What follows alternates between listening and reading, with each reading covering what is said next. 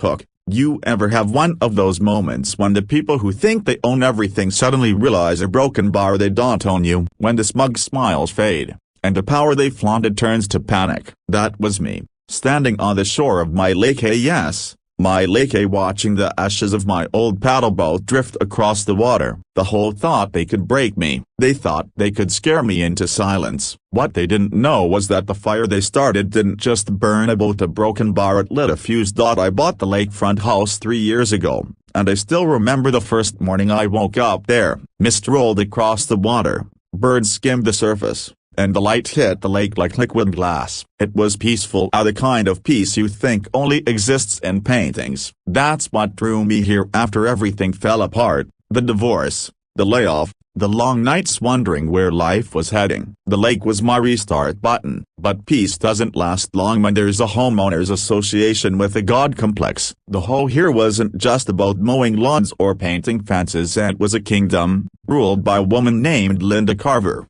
a retired real estate agent with too much time and too little empathy. She called herself the guardian of property values. Everyone else called her Lake Linda, half as a joke, half because she genuinely acted like she owned every ripple on the water. At first, I tried to play nice. I went to meetings, smiled through her condescending remarks, even donated to the neighborhood clean-up fund. But it didn't take long before she found her target. Me. It started small, letters about my non-regulation mailbox, fines for leaving my trash cans out an extra hour. Then came the noise complaint because my niece laughed too loud while we fished. But the final straw, my paddleboat. That paddleboat wasn't fancy. It was old, scratched up, and smelled faintly of gasoline and memories. I'd bought it second-hand and spent weekends restoring it, piece by piece. It was my therapy, the one thing that made me feel like I was building something again. Then one morning,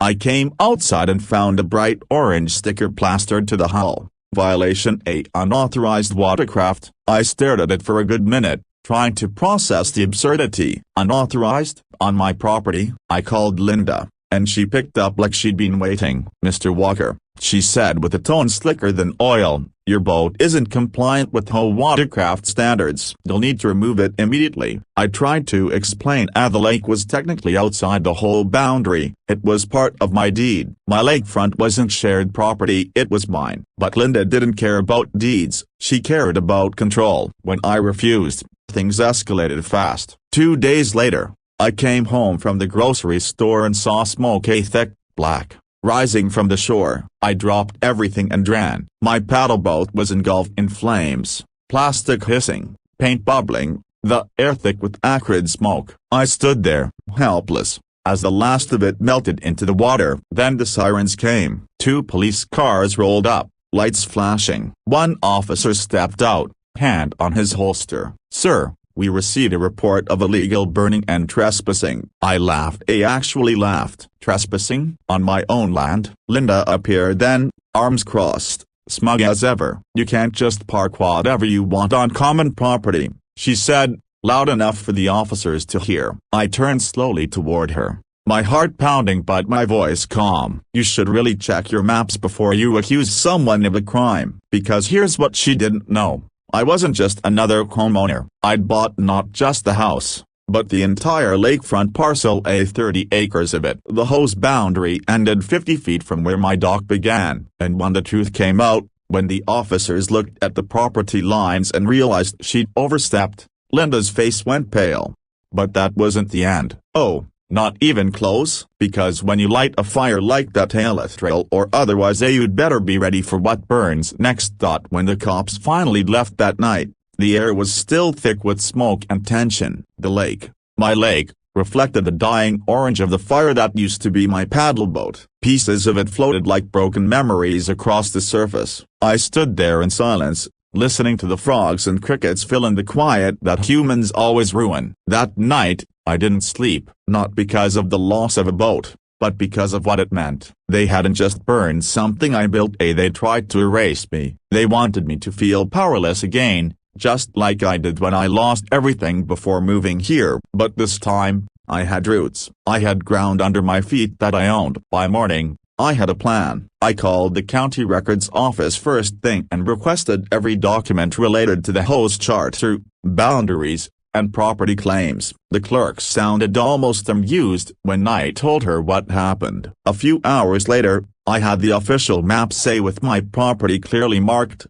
wrapped like a protective arm around half the lake. The HOA, it turned out, didn't own any of the shoreline they'd been policing for years. They just assumed no one would question them. That was their mistake. I didn't confront them immediately. I wanted to do a try not with anger, but with proof. So I rebuilt. Every weekend, I worked on a new paddleboat, not just a simple replacement. This one was better. I welded, sanded, painted, and restored it from scratch. My niece helped me pick the colors. Deep blue with gold trim. Neighbors started stopping by to watch. First just one or two, then more. Some brought coffee, others tools. And slowly, stories began to spill out. Turns out, I wasn't the only one Linda had targeted. There was Tom from down the road they fined for having unapproved garden gnomes. The Harts, who were threatened with eviction over a swing set their grandkids loved. Even old Mrs. Dempsey, who'd been banned from feeding ducks because it encouraged wildlife. By the time my new paddleboat was finished, we weren't just neighbors anymore, we were allies. So one Saturday morning, I called for a community lake clean-up. I knew Linda would show up to take credit or complain. Either way, she'd be there, and she was a clipboard in hand, wearing that smug little smile. "Glad to see you organizing something productive for once, Mr. Walker," she said, eyeing the new boat suspiciously. "Thanks, Linda," I said evenly. I figured it was time everyone saw what this lake really is and who it actually belongs to. Then I pulled out a stack of printed maps from the county office. I handed copies to everyone standing around, a good 30 neighbors now. According to the county registrar, the whole boundary stops right here. I pointed to a red line that didn't even touch the water. Everything past this point, private property, mine. The crowd murmured. Some people looked at each other, shocked. Others smiled, realizing what it meant. Linda tried to grab one of the papers from a neighbor's hand. "This is nonsense. The HOA governs the lake by historical agreement." "Then show it,"